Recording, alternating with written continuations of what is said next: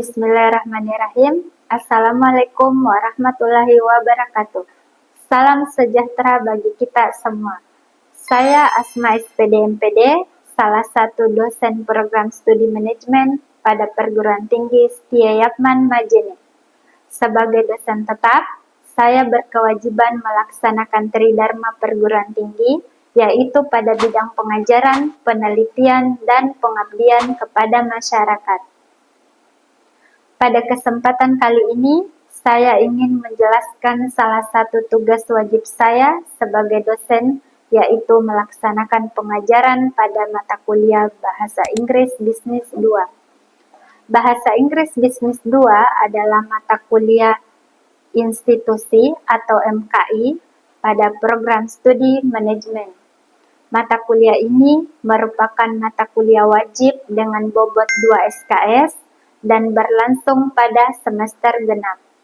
Mata kuliah ini terdiri dari 16 kali pertemuan, di mana 2 pertemuan diantaranya adalah UTS dan UAS, sedangkan 14 kali pertemuan lainnya adalah proses perkuliahan.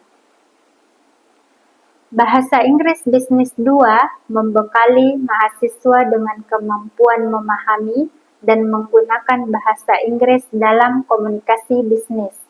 Pembelajaran menekankan 4 keterampilan berbahasa, yaitu listening, speaking, reading, dan writing, melalui tugas autentik berupa interaksi profesional dalam lingkup bisnis, penyusunan teks bisnis, pemahaman jenis teks, dan proyek presentasi kelompok. Materi perkuliahan ini meliputi personal and company profile, asking and giving direction, congratulating and complimenting, relationship concept, inference, job application letter, business listening, business reading, recount text, descriptive text, procedure text, dan business communication project. Adapun beberapa metode yang saya gunakan dalam menyampaikan materi pada perkuliahan Bahasa Inggris Bisnis 2, yaitu yang pertama, contextual learning, yang kedua, test-based learning, yang ketiga, role play or simulation, yang keempat, cooperative learning, yang kelima, inquiry learning, dan yang terakhir adalah project-based learning. Adapun capaian pada mata kuliah ini atau disebut juga CPMK, yang pertama, mahasiswa mampu menganalisis gagasan utama, informasi rinci, kosakata kontekstual, dan inferensi pada teks lisan maupun tertulis dalam konteks bisnis. Yang kedua, mahasiswa mampu menerapkan ungkapan dan strategi komunikasi bahasa Inggris yang santun dan sesuai konteks dalam interaksi bisnis, baik itu secara verbal maupun non-verbal. Yang ketiga, mahasiswa mampu memahami jenis teks dan menyusun teks bisnis sederhana dengan isi, struktur, tata bahasa, kosakata, dan format yang tepat. Yang keempat, mahasiswa mampu merancang dan mempresentasikan English project secara kolaboratif, kreatif, bertanggung jawab, dan beretika akademik. Pada proses pengajaran mata kuliah Bahasa Inggris Bisnis 2 ini, metode yang saya gunakan sebagai acuan pendekatan adalah metode DIA, Delivery, Interaction, dan Assessment. Pada kegiatan delivery, saya menjelaskan materi secara langsung berdasarkan tahapan-tahapan pembelajaran yang telah saya susun sesuai pada RPS. Selanjutnya, pada kegiatan interaction, saya membangun interaksi dan komunikasi dengan mahasiswa baik itu di luar kelas maupun di dalam kelas. Selanjutnya, kegiatan asesmen atau penilaian. Dalam hal ini saya berpedoman pada kontrak perkuliahan yang telah kami susun dan telah kami sepakati di awal perkuliahan. Asesmen ini meliputi kehadiran 15%, tugas 15%, UTS 30%, dan UAS 40%. Materi yang saya bawakan pada video pembelajaran ini adalah procedure text yang berlangsung pada pertemuan ke-13. Dan untuk lebih jelasnya, mari kita saksikan video pembelajaran berikut ini. Assalamualaikum warahmatullahi wabarakatuh. Waalaikumsalam warahmatullahi wabarakatuh. Good morning, class. Morning. How are you today? I'm fine. Jadi sebelum kita masuk materi, ada baiknya kita berdoa dulu sesuai dengan keyakinan masing-masing agar proses pembelajaran hari ini berjalan lancar dan bernilai ibadah. Berdoa dimulai. Selesai. Baik, this is our 13th meeting. Jadi ini sudah pertemuan ke-13 ya. Sesuai dengan seperti yang saya sampaikan pada minggu lalu bahwa hari ini kita akan bahas mengenai procedure text, di mana sebelumnya kita sudah bahas jenis teks juga, tapi minggu lalu kita bahas descriptive text ya. Oke, sebelum kita lanjut materi hari ini, saya mau mereview dulu materi minggu lalu. Ada yang masih ingat materi minggu lalu? Oke, silakan Teresa. Baik, terima kasih. Untuk materi minggu lalu itu tentang descriptive text. Jadi descriptive text itu adalah jenis teks yang menggambarkan atau mendeskripsikan bentuk, sifat atau ciri-ciri khusus dari seseorang, tempat, benda, atau suasana tertentu. Terima kasih. Jadi descriptive text itu adalah jenis teks dalam bahasa Inggris yang menggambarkan atau mendefinisikan seseorang, hewan, benda, atau suatu kondisi tertentu. Jadi hari ini kita akan bahas mengenai procedure text. Jadi masih tentang jenis teks dalam bahasa Inggris ya. Jadi kalau minggu lalu kita bahas descriptive text, hari ini kita akan bahas mengenai procedure text. Namun sebelumnya saya mau intro dulu sebelum kita masuk materi.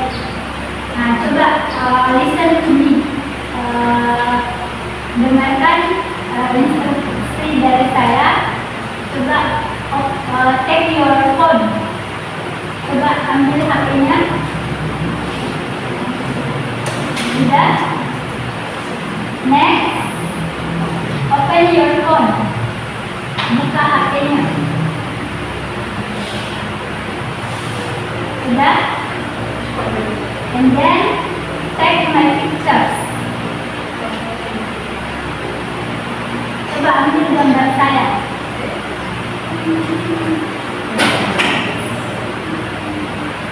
Sudah. Sudah ambil gambar saya. Oke, jadi itu adalah kegiatan atau apa yang kalian lakukan tadi itu sesuai instruksi saya adalah contoh procedure text. Nah, coba saya mau tahu kira-kira dengan apa yang kalian tadi lakukan berdasarkan instruksi dari saya, sudah ada gambaran mengenai procedure text, sudah ada bayangan apa sih procedure text. Nah, coba menurut Madina. Langkah-langkah melakukan assessment. Boleh. Jadi menurut Madina itu procedure text itu adalah langkah-langkah melakukan sesuatu. Good job, ya. Jadi untuk lebih jelasnya, coba kalian perhatikan slide-nya dulu. Kita akan bahas mengenai procedure text. Nah, ini adalah definisi dari procedure text. Procedure text is a text that explains how to make or doing something from a sequence of action or steps.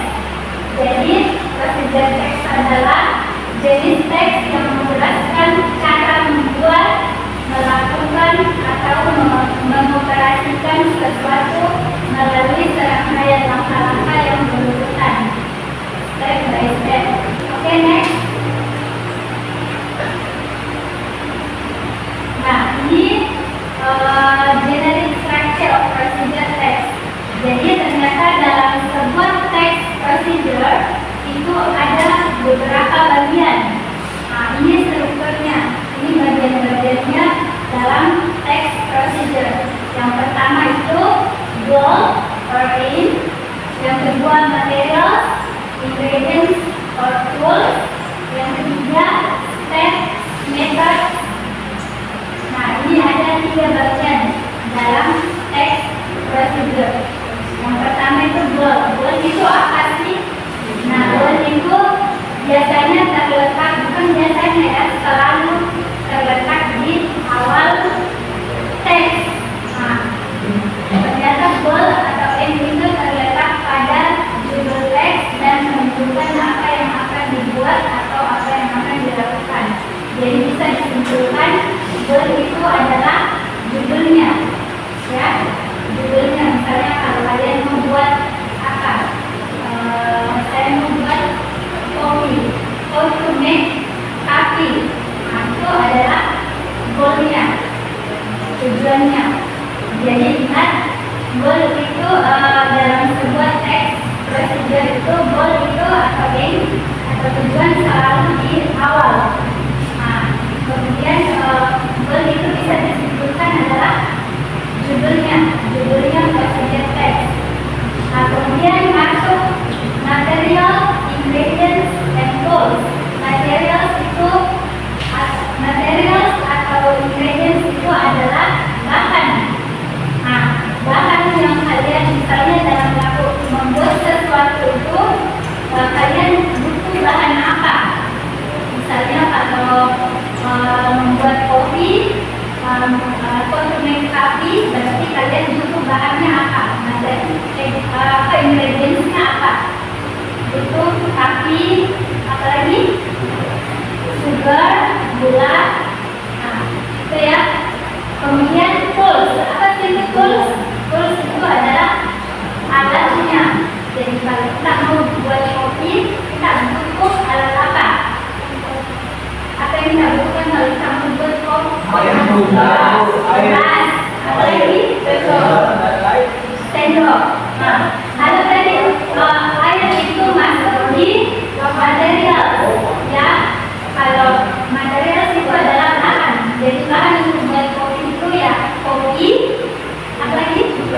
Sugar, gula, kemudian air, ya. Warm water, air hangat. Kalau bagian ini tidak jadi kopinya. Oke, kemudian bagian yang ketiga, biasanya ini bagian step itu dia di bagian paragraf ketiga atau bagian akhir. Step atau method, langkah-langkah. Jadi di sini sudah berisi serangkaian instruksi atau tindakan yang harus dilakukan secara berurutan mulai dari awal hingga selesai. Jadi kalau kita membuat kopi atau make coffee itu di bagian step itu kita sudah yang dibahas itu mengenai langkah-langkah pembuatan kopinya, ya. Jadi saya ulangi, ini language features. Language features itu adalah ciri kebahasaan dari procedure text. Jadi procedure text itu bisa kita tahu ada ciri-cirinya, ada beberapa ciri dari procedure text. Yang pertama, procedure text itu menggunakan simple present. Kenapa kita menggunakan simple present? Karena procedure text itu kita bahas sesuatu yang terjadi pada saat ini kan. Misalnya kalau kita membuat sesuatu atau mendeskripsikan atau menarasikan apa yang kita lakukan, apa yang kita buat saat ini, berarti kita menggunakan simple present. Nah, kemudian yang kedua, ciri-ciri yang kedua adalah imperative sentence. Jadi dalam present tense itu menggunakan cirinya adalah menggunakan imperative sentence atau kalimat perintah. Nah, biasanya kalimat ini selalu diawali kata kerja tindakan atau action verb. Nah, misalnya ini ada contoh cut the union. Apa artinya? Cut the union. Cut the union itu potong bawang. Ya. Nah, ini berarti makanan yang mau dibuat. Nah, kemudian pour the water. Pour the water itu tuang airnya. Nah, kemudian mix it, campur. Nah, ini jadi tandanya apa, ciri-ciri yang bisa kita tahu kalau ini present text itu adalah ada kata action verb, ada kalimat perintahnya, selalu diawali kata kerja. Nah, ini kan kata kerja ya. Tuang juga kata kerja. Kemudian mix juga kata kerja, campur. Tapi kalau sudah bentuk kalimat seperti ini, kemudian dia semacam perintah, potong bawangnya, tuang airnya, itu kan semacam kalimat perintah. Nah, bagaimana kita tandai bahwa itu adalah kalimat perintah? Selalu diawali kata tindakan, kata kerja tindakan, action verb. Ya, bisa? Oke. Kemudian ciri yang ketiga adalah temporal conjunction. Nah, ini temporal conjunction adalah kata penghubung waktu. Kemudian numbering. Nah, ini untuk menunjukkan urutan. Nah, biasanya ini temporal conjunction ini ada di bagian mana? Tadi kan ada 3 bagian present text ya. Goal itu adalah judul, kemudian material dan ingredients itu adalah apa? Bahan.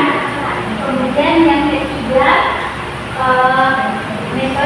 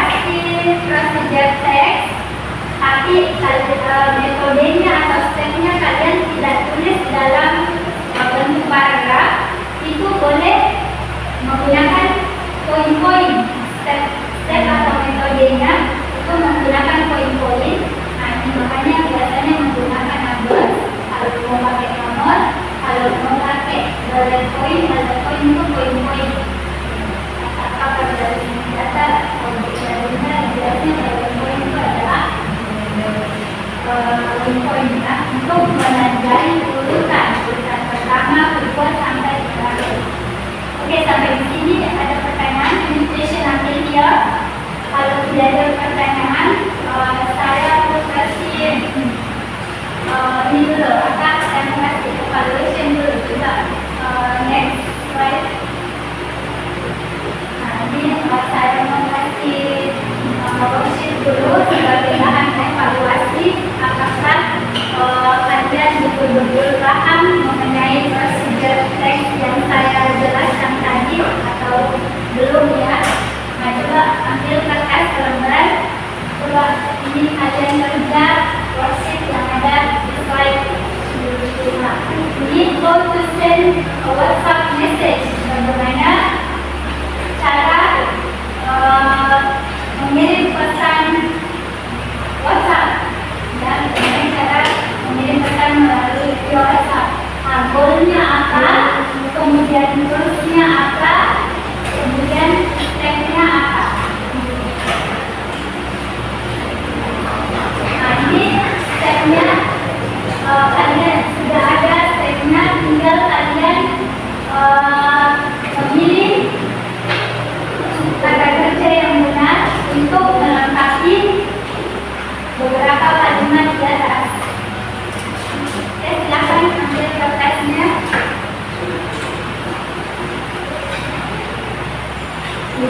Saya kasih waktu 2 menit cukup ya. Iya, Bu. Anyone can practice in front of the class. Oke, coba rescue. Nah, coba praktekkan sambil membawa HP-nya. Show your console to your friends.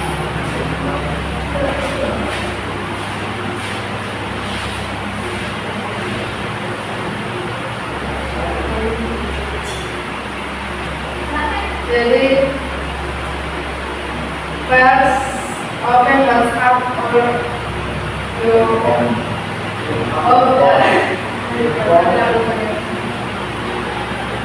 First open WhatsApp your phone. Next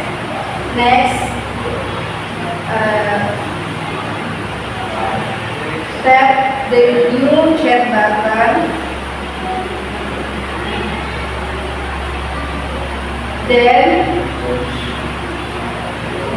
choose your friend's name. After that, type your message. Jadi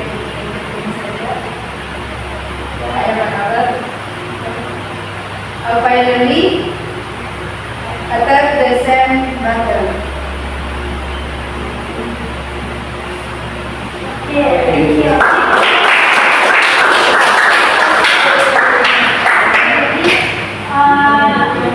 Saya rasa prosedur teks itu mudah ya. Jadi sekali lagi saya ingatkan prosedur teks itu tidak selamanya membahas mengenai cara pembuatan makanan atau minuman, tapi melakukan atau mengoperasikan sesuatu juga bisa kita gunakan prosedur teks ya. Oke, kalau tidak ada lagi pertanyaan, I think that's all for today. Tapi sebelumnya saya mau absen dulu. Listen your name please. Adlan Muhammad Rifki Naksani, Nur Aisyah, Nur Madinah, Febriati, Rahmat, Resti Maulidifah, Sofira,